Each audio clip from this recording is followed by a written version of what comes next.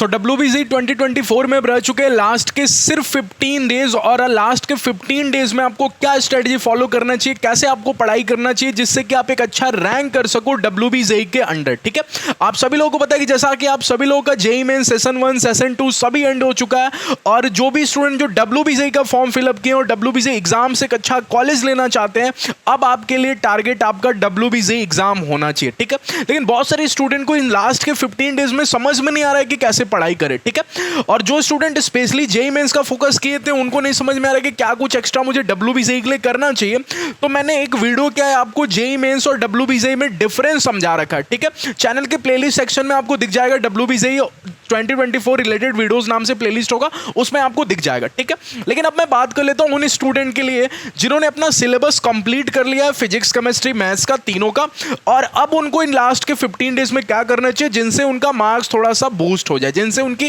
Rank थोड़ी सी और अच्छी इंप्रूव हो जाए। ठीक है, तो देखो इन लास्ट के 15 डेज में अब आपको लॉन्ग नोट से रिवाइज नहीं करना है। मैं बार बार सभी स्टूडेंट से बोलता हूं कि देखो लास्ट के दिनों में अगर आप लॉन्ग नोट से पढ़ोगे ना तो आपका टाइम लेगा काफी ज्यादा। ठीक है, और उतना टाइम आपके पास है नहीं। ठीक है, तो लास्ट के दिनों में अगर आपने शॉर्ट नोट्स बना रखे हैं तो शॉर्ट नोट से रिवाइज करो, और फॉर एग्जांपल अगर कोई बच्चा शॉर्ट नोट्स नहीं बना रखा है फिर सर कैसे रिवाइज करें, तो लॉन्ग नोट्स को ही पकड़ो, लेकिन उसमें सिर्फ इंपॉर्टेंट चीजें जो आपने मार्क कर रखे हैं, अगर आपको लगता है कि हाँ ये टॉपिक इंपॉर्टेंट है सिर्फ उसी को रिवाइज करो। शॉर्ट नोट्स बना रखे हो तो सबसे बेटर है आपको शॉर्ट नोट से रिवाइज करना चाहिए। ठीक है, दूसरा सर फिर भी कॉम्पिटिटिव एग्जाम है ना, सिर्फ नोट्स लेके पढ़ने से तो नहीं होगा, कुछ ना कुछ प्रैक्टिस तो करना पड़ेगा ना। लास्ट के 15 डेज हो चाहे लास्ट के 2 डेज हो, कुछ प्रैक्टिस तो करना पड़ेगा ना। हाँ, तो प्रैक्टिस आपको करना है PYQs, प्रीवियस ईयर क्वेश्चन, बाकी कुछ नहीं। अगर आप कोई बुक फॉलो करते हो बंद कर दो, अगर कोई स्टडी मटेरियल फॉलो करते हो बंद कर दो, सिर्फ और सिर्फ आपको PYQs करने हैं, और PYQs भी आपको लास्ट 10 ईयर्स नहीं करने हैं। ठीक है, वो भी करने जाओगे तो टाइम लगेगा, सिर्फ लास्ट के 2 to 3 ईयर्स के, 2023 के कर लेना, 2022 के कर लेना, 21 और टाइम रह जाए अगर कोई चैप्टर आपको इंपॉर्टेंट लगता है वेटेज वाइज तो 2020 तक के कर लेना, मतलब लास्ट 4-5 साल के कर लेना। जो इंपॉर्टेंट चैप्टर है, जो नॉन इंपॉर्टेंट है उतने इंपॉर्टेंट नहीं है, आपको थोड़ा कंफ्यूजिंग लगता है, उसके 1-2 साल के PYQs कर लेना। तो सिर्फ प्रैक्टिस आपको PYQs से करना है। दूसरा पॉइंट, तीसरा पॉइंट, अब आपको मॉक टेस्ट भी देना है। ठीक है, क्यों सर मॉक टेस्ट देने से क्या फायदा होता है? देखो मॉक टेस्ट देने से सबसे बड़ा एडवांटेज होगा ना कि 3 घंटे आप बैठ सकोगे। ठीक है, क्योंकि अब जब अपन क्वेश्चन करते हैं ना तो आपको पता है एक क्वेश्चन किया, पहला क्वेश्चन, फिर सोचते हैं थोड़ा रेस्ट कर लें। ठीक है, और फिर दूसरा क्वेश्चन करने जाते हैं, फिर तीसरा क्वेश्चन करने से पहले भी थोड़ा रेस्ट कर लेते हैं, ऐसे 10 क्वेश्चन किया फिर थोड़ा सा रेस्ट कर लिया। लेकिन जब आप मॉक टेस्ट दोगे तो 3 घंटे बैठने की आपको आदत होनी चाहिए। 3 घंटे में आपको कॉन्सेंट्रेट करना है। अगर क्वेश्चन नंबर 1 सॉल्व कर लिया ना तो उसके बाद कुछ भी दिमाग में आना नहीं चाहिए 2 क्वेश्चन सॉल्व करने से पहले, आपको सिर्फ क्वेश्चन सॉल्व करना है। बाकी बीच में कुछ नहीं सोचना है कि कहाँ क्या हो रहा है, कौन कैसा है, कहाँ आपको एग्जाम बाद आपको क्या करना है, कुछ भी एक्स्ट्रा सोचना ही नहीं है। मतलब 3 घंटे आपको फोकस तो बनना पड़ेगा, ये बनाना पड़ेगा। तो मॉक टेस्ट से सबसे पहला एडवांटेज ये मिलेगा। दूसरा एडवांटेज जो आपको मॉक टेस्ट से मिलेगा वो होगा कि आप ये एनालाइज कर पाओगे कि हाँ मैं इस टाइम के अकॉर्डिंग कितने क्वेश्चन कर पा रहा हूँ, इस टाइम के अकॉर्डिंग। ठीक है, क्योंकि पूरा खेल कॉम्पिटिटिव एग्जाम में टाइम का होता है। आपको सब चीजें आती हैं, आपको क्वेश्चन करने भी आता है, लेकिन क्या आप गिवन टाइम में कर पा रहे हो क्वेश्चन? मतलब मैं 2 घंटे देता हूं आपको मैथ्स में, तो क्या 2 घंटे में आप कितने क्वेश्चन कर पा रहे हो, दैट्स इंपॉर्टेंट। एग्जाम के बाद आपको पेपर नहीं दिया जाएगा कि जाओ घर से क्वेश्चन पेपर सॉल्व करके लाओ और फिर मेरे को आंसर कर देना, वो भी चलेगा। उस 2 घंटे हॉल में बैठ के, एग्जामिनेशन हॉल में बैठ के आपको क्वेश्चन सॉल्व करना पड़ेगा, आपको मॉक टेस्ट दे के ही आएगा।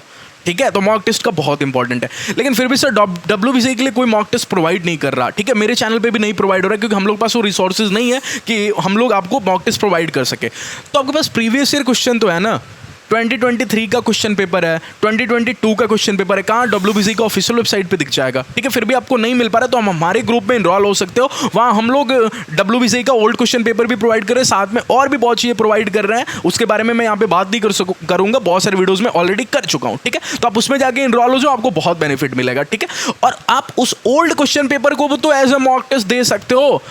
ठीक है, उसमें भी आपको पूरा पैटर्न के साथ क्वेश्चन दिया, 2 घंटे की क्वेश्चन, क्योंकि वो ओल्ड क्वेश्चन पेपर है। 2023 का मैथ्स का पेपर उठाओ, 2 घंटे की टाइमिंग लगाओ, सॉल्व करो। ठीक है, नहीं लेना कहीं भी मॉक टेस्ट, तो आप ओल्ड क्वेश्चन पेपर को ही मॉक टेस्ट बना दो। ठीक है, ये तीसरा पॉइंट सबसे इंपॉर्टेंट है। 4th पॉइंट मैं आपको बताऊंगा जो इस सब पॉइंट से भी ज़्यादा इंपॉर्टेंट होगा आपके रिवीजन पॉइंट ऑफ व्यू से, ठीक है। कि अब फॉर्मूला पता ही होगा, सबसे इंपॉर्टेंट होता है। नहीं याद रहा फॉर्मूला तो मैथ्स के क्वेश्चन कर पाओगे क्या? केमिस्ट्री में रिएक्शन नहीं याद रहा, केमिस्ट्री में भी फॉर्मूला नहीं याद रहा, ऑर्गेनिक के रिएक्शंस नहीं याद रहा तो कुछ कर पाओगे क्या? फिजिक्स में फॉर्मूला नहीं याद रहा तो क्वेश्चन कर पाओगे क्या? तो फॉर्मूला आपके टिप्स पे याद होना चाहिए, क्योंकि फॉर्मूला सोचने का भी टाइम नहीं मिलता। सीक्वेंस सीरीज में जीपी का फॉर्मूला क्या होता है ये आपको तुरंत क्लिक करना चाहिए एग्जामिनेशन में बैठ के। 5 मिनट अगर आप जीपी के फॉर्मूले सोचने में लगा दोगे तो फिर टाइम मैनेजमेंट ऑलरेडी कम हो जाएगा, आपका टाइम ऑलरेडी कम हो जाएगा, ठीक है। तो फॉर्मूला आपके फिंगर टिप्स पे याद होना चाहिए। उसके लिए पूरा फॉर्मूला चैट बनाओ और डेली रिवाइज करो, ठीक है। तो 4 पॉइंट मैंने आपको समझा दिया उन सभी स्टूडेंट के लिए जिन्होंने अपना कोर्स फाइनल कर लिया है। अब उनको क्या करना चाहिए, इन 4 पॉइंट को अगर आप फॉलो करते हो ना, लास्ट के 15 दिन में बिलीव में आपका बहुत अच्छा रैंक आएगा। इस लास्ट के 15 डेज में ये पॉइंट्स मेरा अगर आप फॉलो करते हो तो, ठीक है। लेकिन सर वो स्टूडेंट के बारे में बताओ जिन्होंने सिलेबस भी कंप्लीट नहीं किया, जिन्होंने कुछ पढ़ा ही नहीं है, सोच रहे हैं इन 15 दिनों में कुछ कर लूँ, पढ़ लूँ जिससे मेरा एक ठीक ठाक रैंक आ जाए। तो देखो मैं बाकी लोगों की तरह ये नहीं बोलूँगा ना कि लास्ट के 15 दिनों में पढ़ के आप 1000 के अंडर रैंक ला सकते हो। फिर वो बच्चा क्या करेगा जो स्टार्टिंग से पढ़ रहा है, फिर वो क्या अंडर 5000 के बाहर जाएगा? नहीं ना। तो लॉजिक सी बात है प्रैक्टिकली कि अगर आप अभी से पढ़ते हो, पहले कुछ भी पढ़ाई नहीं किए, तो बहुत बेटर रैंक तो आपका नहीं आ सकता, कितना भी पढ़ोगे नहीं आएगा, ठीक है। क्योंकि वो कॉम्पिटिशन का एग्जाम है ना, totally it is exam of rejection, it's exam of rejection not exam of selection. यहाँ बच्चों को रिजेक्ट किया जाता है। तो जो वो 1000 बच्चे वो जो पढ़ के आ रहे हैं स्टार्टिंग से, उनका 1000 के अंडर रैंक आएगा, आपका थोड़ी आएगा, आप अभी से स्टार्ट करो। लेकिन फिर भी सर इतना भी डिमोटिवेट मत करो मेरे को, थोड़ा सा आप बता दो। देखो आपको सिंपली करना ये है कि आप मेरे चैनल पे जाओ, प्लेलिस्ट में आपको स्ट्रेटजी वीडियोस नाम से एक प्लेलिस्ट होगा, ठीक है। वहाँ मैंने 3 वीडियोस कर रखे हैं, फिजिक्स केमिस्ट्री मैथ्स के इजी इंपॉर्टेंट चैप्टर्स बता रखे हैं, ठीक है। अब जस्ट उनको देखो और उन चैप्टर्स को ही सिर्फ करो, ठीक है। अब मैथ्स के तो मैं आपको क्रैश कोर्स पूरा करा के दे रहा हूं, आप मेरे वीडियो जाके देख सकते हो इंपॉर्टेंट चैप्टर्स के ऊपर। फिजिक्स केमिस्ट्री आप अपना देख लेना, सिर्फ इंपॉर्टेंट चैप्टर्स आप करो, जिसका वेटेज है मैंने आपको इजी इंपॉर्टेंट चैप्टर 4-5 चैप्टर्स आपको बता रखे हैं। वो 4-5 चैप्टर इन लास्ट के 15 दिनों में आप कर लेते हो ना, तो 30-40 मार्क्स आप लेके आ जाओगे, 30 to 40 मार्क्स आप WBJ में, जिससे आपकी एक अच्छी रैंक बन जाएगी, ठीक ठाक, जिससे आपको एक अच्छा कॉलेज मिल जाएगा, ठीक है। तो अगर आप, और वो भी करने के लिए आपको ज़्यादा टाइम देना पड़ेगा, 1 घंटे 2 घंटे दिन के पढ़ के ऐसा थोड़ी होने वाला है। मिनिमम आपको 6 से 7 घंटे तो पढ़ने ही पड़ेंगे दिन के।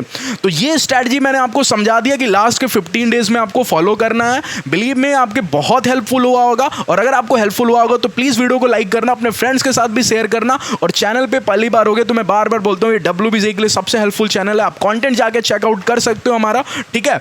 और फिर चैनल को आप सब्सक्राइब जरूर कर लेना, क्योंकि एग्जाम के बाद जब मिलेंगे ना तो सिर्फ काउंसलिंग रिलेटेड वीडियोज आएगा, क्योंकि काउंसलिंग WBJ की थोड़ी डिफरेंट होती है और बहुत इंपॉर्टेंट होती है। और हर साल की तरह हम लोग काउंसलिंग भी प्रोवाइड करेंगे इस साल, उसमें आप जरूर इनरोल होना, उसमें आपको बहुत ही बेनिफिट होगा, ठीक है। तो चलिए मिलते हैं नेक्स्ट वीडियो में। Thank you all of you, keep supporting, keep watching, like जरूर कर देना और अपने फ्रेंड्स के साथ शेयर करना, सब्सक्राइब करना चैनल को। मिलते हैं नेक्स्ट वीडियो में। Thank you all of you.